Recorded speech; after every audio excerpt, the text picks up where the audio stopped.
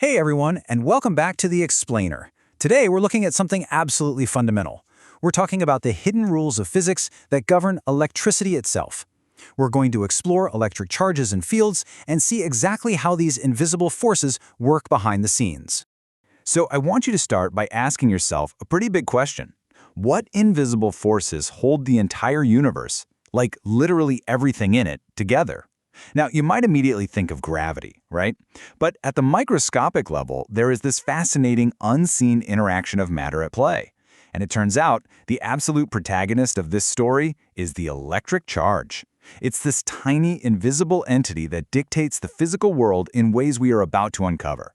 To make sense of it all, we'll be breaking this down into 5 parts. First up, charge and its properties. Then, methods of charge transfer, Coulomb's law, electric fields, and we'll wrap it up with electric dipoles and charge distribution. All right, let's jump right in. Part 1. Charge and its properties. Let's look at the basics. You'll often hear charge described as an intrinsic property of matter. But what does that actually mean? Well, think about it like this. The intrinsic property of candy is sweetness, right? And the intrinsic property of fire is that it generates heat. You can't separate the two. Similarly, matter naturally has this property of being charged. We measure it in coulombs, and it essentially comes in 2 basic flavors: positive, which we find in protons, and negative, which is found in electrons. Now, this charge operates under 3 fundamental rules. First up is additivity, which basically just means charges act as a scalar property. They simply add up algebraically. Easy enough. Second is conservation. Much like mass, charge is never just created out of nowhere and it's never destroyed. It just moves from one body to another. But the third rule, quantization, this one is fascinating. Nature essentially has a pixel resolution for electricity. You literally cannot break an electron in half. Charge only ever transfers in whole numbers or distinct, discrete packets. And that leads us directly to this exact, almost unimaginably tiny number: 1.6 times 10 to the power of negative 19 coulombs. This right here is the charge of a single electron. It's the absolute smallest packet or quantum of charge that can be transferred.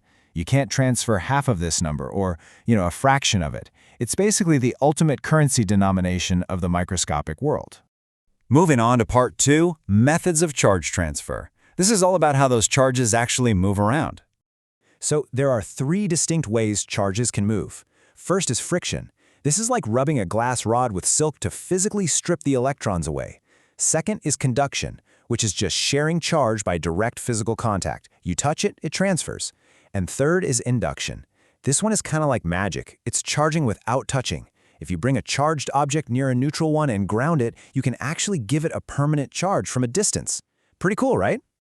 Okay, Part 3, Coulomb's law. This is where we measure the actual force between charges.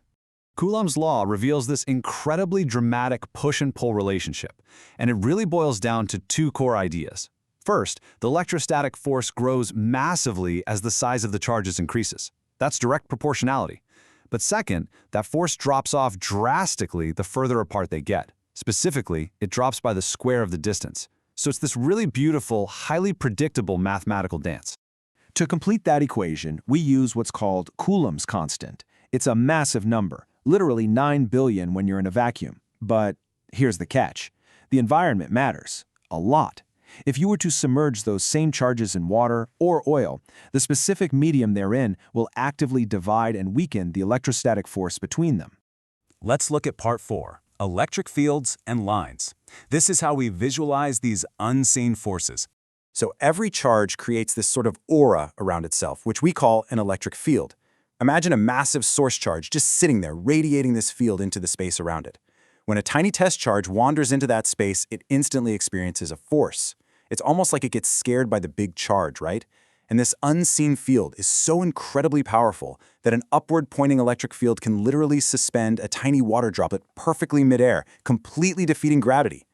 To actually visualize this aura, we draw field lines. These lines flow outward from positive charges, and they dive right into negative ones.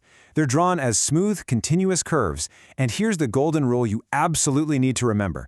They never, ever cross. If they did cross, a charge placed exactly at that intersection literally wouldn't know which direction to go. It would be physically impossible. Finally, part 5, electric dipoles and distribution. Let's see what happens when we zoom out.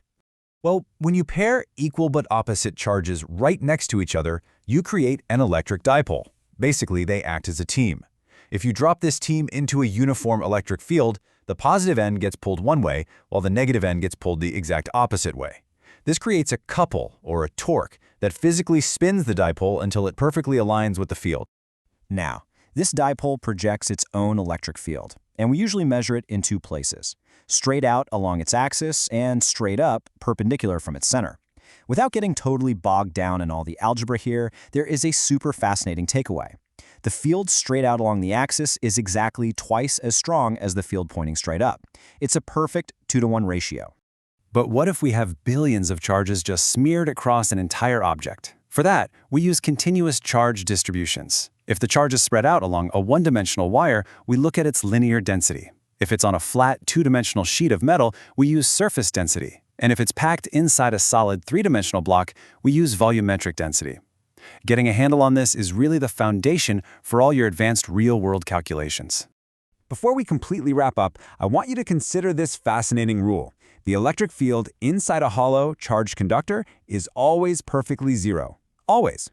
So, if you're sitting inside a metal car during a severe storm and it gets struck by, say, 1,000,000 volts of lightning, what actually happens to you? And where does all that charge go? Think about why the inside of that car remains a completely safe haven. It's the perfect mystery to lead you right into Gauss's law next time. Thanks so much for joining me on this explainer, and as always,